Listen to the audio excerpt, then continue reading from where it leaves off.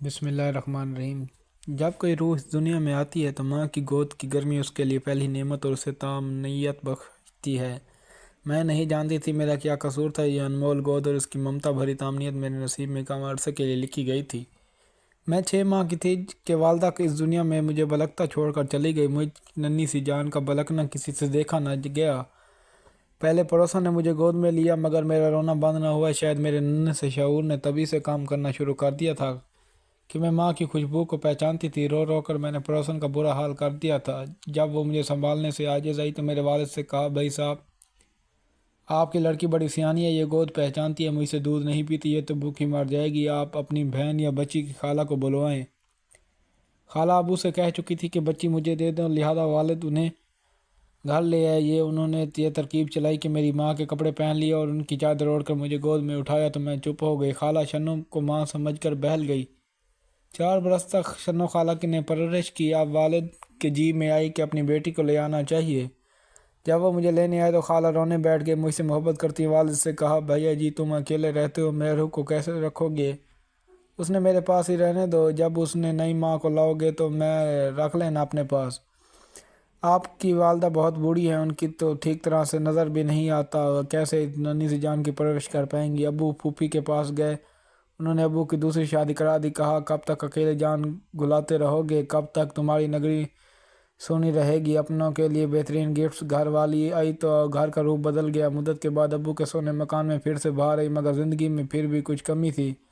دراصل یہ بہار میرے بغیر ادھوری تھی۔ والد صاحب مجھ کو بہت چاہتے تھے، مزید مجھ سے جدا نہ رہنا چاہتے تھے۔ انہوں نے بھی خالہ شنو سے جا کر کہا، میری امانت مجھے لوٹا دو، اس کی ماں آ گئی۔ یہ سن کر خالہ شنو کا دل دھک رہ گیا، کیونکہ انہوں نے مجھے بہت پیار سے پالا تھا۔ وہ میرے جانے سے اداس ہو گئی، کیونکہ میں تو انہیں اپنی ماں سمجھتی تھی اور امی کہہ کر بلاتی تھی۔ 4 برس کا میرا ذہن بھی بھلا اس تبدیلی کو کیسے برداشت کر سکتا تھا؟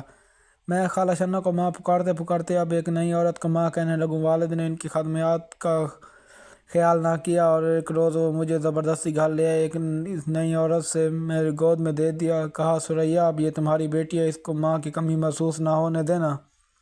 میں نہ سمجھ تھی، ماں باپ کے درمیان ان معاہدوں سے بے نیاز ابو کے لائے کھلونے سے کھیلنے لگی، مگر خالہ میرے مسائل سے غافل نہیں تھی۔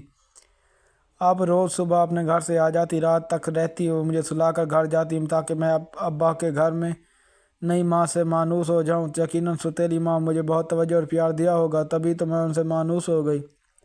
جب میں 5 برس کی ہو گئی تو ایک ایسا واقعہ ہوا جس نے میری زندگی کا رخ ہی بدل دیا۔ ہمارے گھر کے سامنے ایک بیکری تھی۔ ایک روز ماں نے کہا، مہرو جا کر بیکری سے بسکٹ لاؤ۔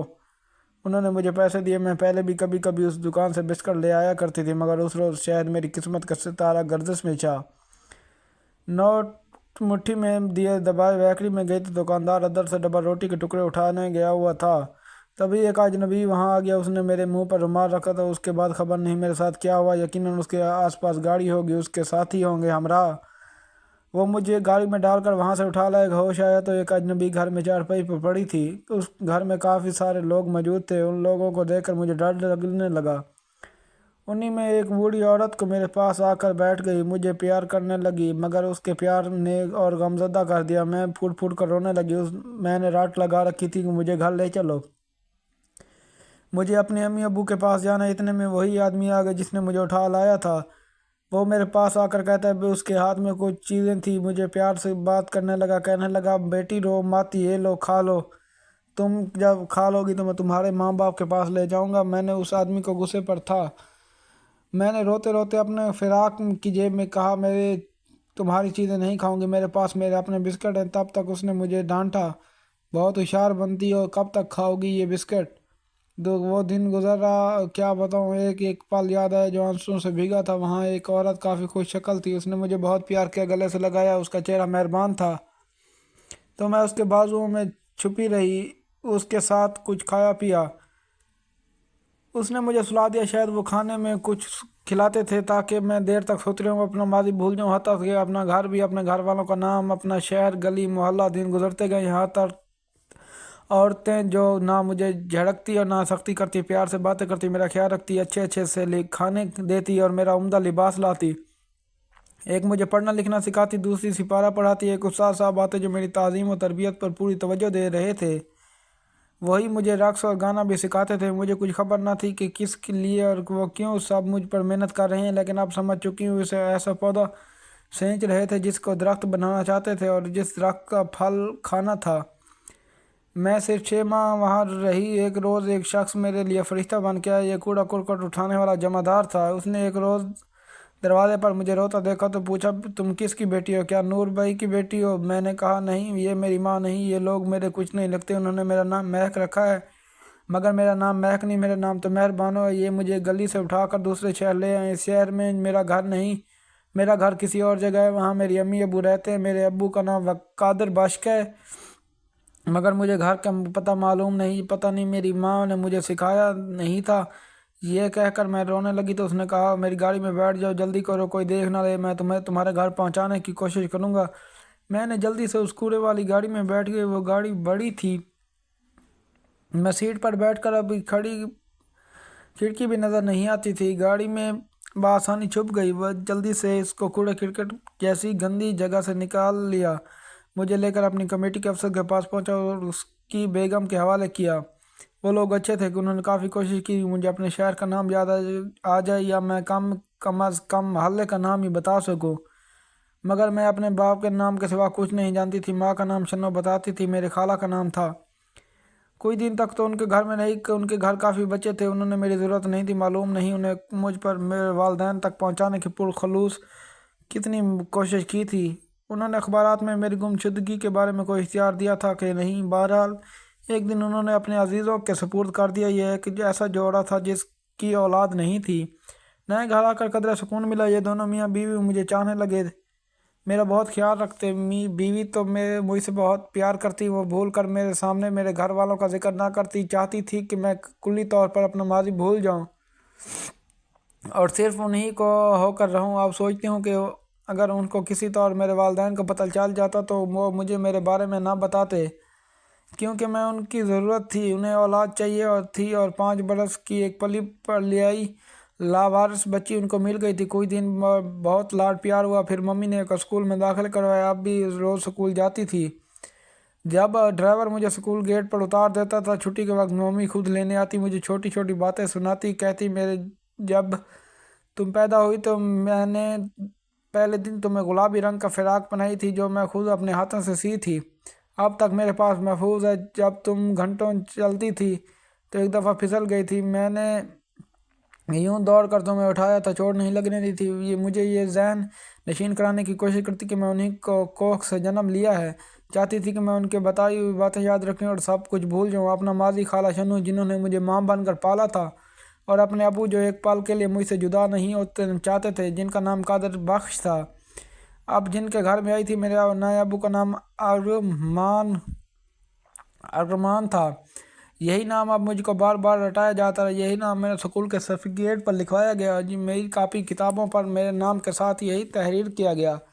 آپ سوچ نہیں سکتے ایک کھوئی ہوئی بچی کا یہ المیہ، جب اس کے حقیقی والد کا بھی اس کو یاد ہو اور باپ کی صورت میں ذہن نشو ہو، مگر وہ اس کی جگہ کسی دوسرے کا نام اپنے نام کے ساتھ لکھنے پر مجبور ہو، کسی اور کو اپنا باپ سمجھنے پر مجبور ہو۔ مجھ کو خالہ شنو کے اور اپنے ابو بہت یاد آتے تھے۔ میں پرائمری کی تعلیم حاصل کر لی تو ماڈل اسکول چلی گئی۔ نئے اسکول میں بھی بہت وقت کلاسیں خاموش بیٹھ رہتی۔ جب میری کلاس ٹیچر اپنا پیریڈ لینے آتی تو مجھے بغور محسوس کرتی، میں خوش نہیں۔ انہوں نے بار بار سوال کیا، زارا تم اپنی خاموشی کیوں رہتی ہو؟ میں نے کہا کہ کوئی جواب نہیں دیتی اور نظریں جھکا لیتی۔ جب 8ویں جماعت کے امتحان قریب تھے تو ایک روز ٹیسٹ کے بعد مرزا آسیہ نے مجھے روک لیا، لڑکیوں کو جانے دیا۔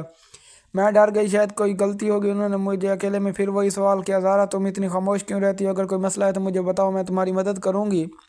اس کے سوال کا میرے پاس کوئی جواب نہیں تھا۔ جہاں میں اب رہتی تھی تقدیر نے مجھے پہنچا دیا تھا، یہاں مجھے کوئی تکلیف نہیں تھی۔ ایک یاد ماضی کے سوا اور میرا حافظہ بھی تو صرف وہی چھین سکتا تھا جس نے دیا تھا۔ جب میرے ٹیچر نے مجھے بہت اصرار کیا تو مجھے بتانا ہی پڑا۔ آنکھوں میں آنسوؤں کی ایک بارش 1 منٹ کے لیے نہ تھم رہی تھی۔ انہوں نے کرسی سے اٹھ کر میرے آنسو صاف کیے، مجھے گلے سے لگایا، تسلی دی۔ اس دن میرے ساتھ بہت شفقت سے محبت سے پیش آنے لگی تھی۔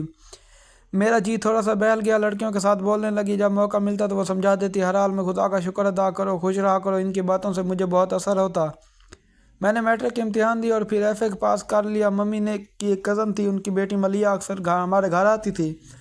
وہ میری دوست بن چکی تھی، گھر میں بور ہوتی تو ملیحہ ایک پرائیویٹ کمپنی میں جاب کرتی۔ اس نے مجھ سے کہا کہ تم بھی جاب کر لو، میں اپنے باس سے کہہ کر تم جاب پر لگوا دوں گی۔ پاپا چاہتے تھے کہ میں گریجویشن کروں، مگر میں نے ملیحہ کی باتوں میں آ کر جاب کر لی۔ پہلے دن مینیجر صاحب کو دیکھا تو اس کی صورت دل میں اتر گئی۔ انہوں نے مجھے 3 ماہ کی ازمائشی وقفے کے لیے موقع دیا۔ خدا جانے اس مینیجر میں ایسی کیا بات تھی کہ میں ونڈو کے شیشے سے ان کا چہرہ دیکھتی رہتی، جبکہ وہ میری جانب بالکل بھی توجہ نہ دیتے، مگر ایک عجب سی کشش عامر صاحب میں محسوس کرتی۔ ایک دن میں نے بہانے سے ان کے کمرے میں گئی۔ اس نے پوچھا، مس زہرا کیا بات ہے؟ میں نے کہا، سر مجھے 1 دن کی چھٹی چاہیے۔ اس نے بغیر دوسرے کوئی سوال کیے کہا، ٹھیک ہے، سوچا تھا کچھ بات کرے گا، چھٹی کیوں چاہیے؟ لیکن میری امیدوں پر پانی پھر گیا۔ اس نے کوئی بات ہی نہ کی۔ 6 ماہ اسی طرح گزر گئے۔ عید آ گئی، جی چاہا کہ ان کو عید پر اپنے گھر بلاؤں، مگر کیسے ہمت کر کے ان کے پاس پہنچی۔ کہا، سر میرے ممی ڈیڈی آپ سے ملنا چاہتے ہیں،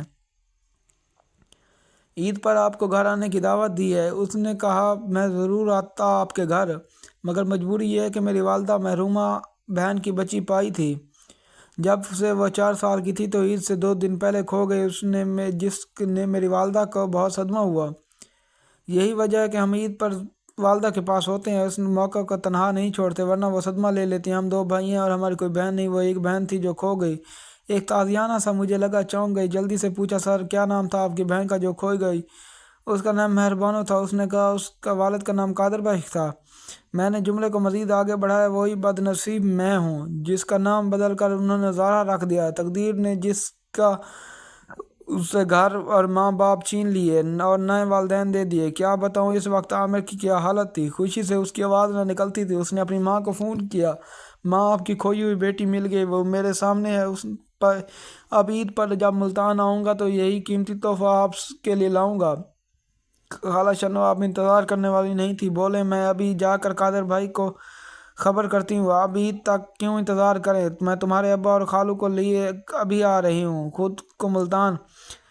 ہم اس موجودہ والدین کے پاس جائیں گے اور اپنی مہرو کو لے آئیں گے۔ اگلے روز ابو، خالہ اور ان کے شوہر ملتان آ گئے۔ ممی پاپا کے پاس پہنچے تو ان کو تمام واقعہ بتائے، وہ اداس ہو گئے، مجھے کسی صورت ان کے حوالے کرنے پر رضامند نہ تھے۔ تبھی میرے والدین نے ان کو سمجھایا، مہرو آپ کی بیٹی صحیح، لیکن بیٹی پر آتا دھن ہوتا ہے، کسی سے تو اسے بیان ہوتا ہے، تو مہرو کو عامر کے ساتھ کیوں نہ بیاہ دیں، یہ بیٹی آپ کی رہے گی اور ہماری بھی۔ یہ بات پاپا نے مان لی اور میں ان کے گھر سے نہ گئی۔ البتہ شادی کی تاریخ عید کے بعد رکھ دی گئی۔ ممی پاپا نے میری شادی دھوم دھام سے کی۔ ان کے گھر سے رخصت ہو کر میں شنو خالہ کی بہو بن گئی، ان کے گھر آ گئی۔ یوں خدا کی مہربانی سے مدت کے بعد اپنوں میں آن ملی۔ اس گھر لوٹ گئی جہاں میں نے ابتدائی سانس لیا تھا، جہاں مجھے ایک نئی زندگی ملی تھی، جہاں مجھے ماں کی گود کی طمانینت ملی تھی۔ وہ گھر جہاں میرا پہلے بھی تھا اور اب بھی میرا ہے۔ خدا نے دوبارہ مجھے وہاں پہنچا دیا جو میری منزل تھی۔ ایک یہ بھی معجزہ تھا کہ خدا، اس سے بڑی رحمت کیا ہو سکتی ہے کہ اس سے پہلے ایک لاوارث بچی کو ایک گندی اور غلیظ دلدل میں گرنے سے بچایا اور پھر ایک شریف گھرانے تک پہنچایا۔ اس لیے کہتے ہیں انسان کو خدا کی ذات سے مایوس نہیں ہونا چاہیے۔ جنہوں نے بری نیت سے اغوا کیا تھا، اللہ نے ان کے ناپاک عزائم کو خاک میں ملا دیا۔ ایک نیک دل جمعدار نے دل میں ڈیم ڈال کر، جس کے توسط سے میں ایک شریف اور معزز گھرانے میں پہنچی۔ ان لوگوں نے مجھے نہ صرف ماں باپ کا پیار دیا بلکہ پڑھایا لکھایا، ملازمت کرنے کی اجازت دی، جہاں میرا خالہ زاد عامر، اور پھر میں اپنوں میں آ گئی۔ آج میرا میکہ میرے سسرال ہے، اور جب مجھے میکے کی کمی محسوس ہوتی ہے تو میں اپنے محسن پاپا ارغمان کے گھر چلی جاتی ہوں، جن کی بیگم کو ممی کہتی ہوں۔ اب بھی وہ مجھے ماں کی کمی محسوس نہیں ہونے دیتے۔ کچھ دن نہ جاؤں تو فون کرتی ہیں، اپنا ڈرائیور اور گاڑی بھجوا دیتے ہیں اور میرا انتظار کرتی ہیں۔ اب جب میرے بچے ان کو نانی اور ان کے شوہر یعنی پاپا کو نانا کہہ کر بلاتے ہیں تو ان کے چہروں پر ہزاروں گلاب کھل جاتے ہیں۔ نہیں جانتی کہ یہ رشتے کتنے پیارے ہوتے ہیں۔ دعا کرتی ہوں کہ خدا ان سب لوگوں کو سلامت رکھے جن کی بدولت آج میں ایسے پیارے اور میٹھے رشتوں سے آشنا ہوں۔ دوستو، اگر آپ کو میری کہانی پسند آئی ہو تو میری ویڈیو کو لائک، شیئر اور چینل کو سبسکرائب